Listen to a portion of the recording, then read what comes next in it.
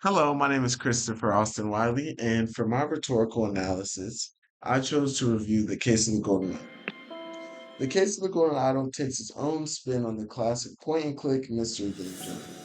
And the rules and mechanics of this game are pretty simple. You just gotta solve the mysteries. But in all honesty, I truly think that this game is not like your typical point and click mystery game. And I would attribute this to its sort of elimination of the point and click part of the point and click mystery game genre. And what I mean by this is that the default mode in the case of the Golden Idol highlights where all the important names and keywords are in the scene. And you would think that effectively getting rid of the part where you actually discover important key details about the scene would water down the detective experience, but it doesn't. And in reality, I think that it does the opposite. A lot of other games in the genre are closer to a murder themed I Spy than they are to a true detective game. And this is because they often emphasize the actual act of finding the important people and objects and clues. And from there, the very obvious clues make it so there isn't really a need for the player to engage with the clues in the world any further. Whereas in the case of the Golden Idol, the mystery is just getting started when you acquire all the clues. And I think that this one unassuming change sidesteps many gripes of the genre, like the mindless clicking when you're at the last clue and you can't find it. And this actually allows you to focus on solving the mystery.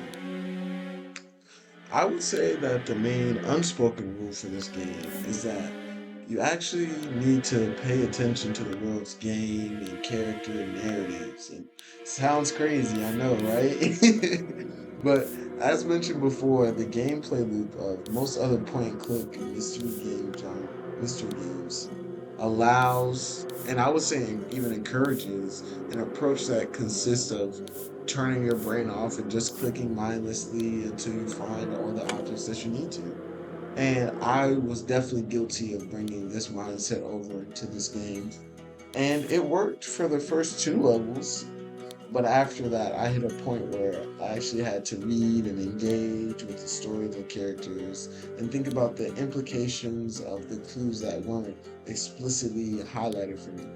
And I remember explicitly thinking halfway through the level, dang, I should have really paid more attention to the stuff I was clicking on.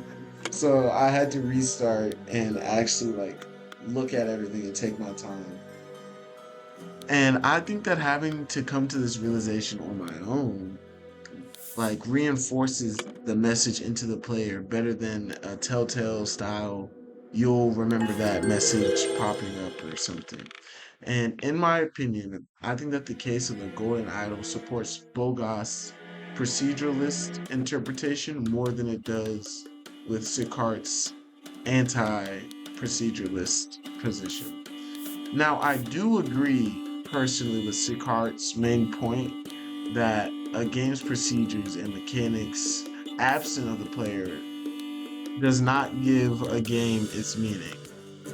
But I don't think it's a decision of whether it's either or. I think that it's a spectrum, and that due to this game's rigid gameplay loop and story, which forces a player to come to these specific conclusions, I think that it does lead further onto the proceduralist spectrum when compared to other games.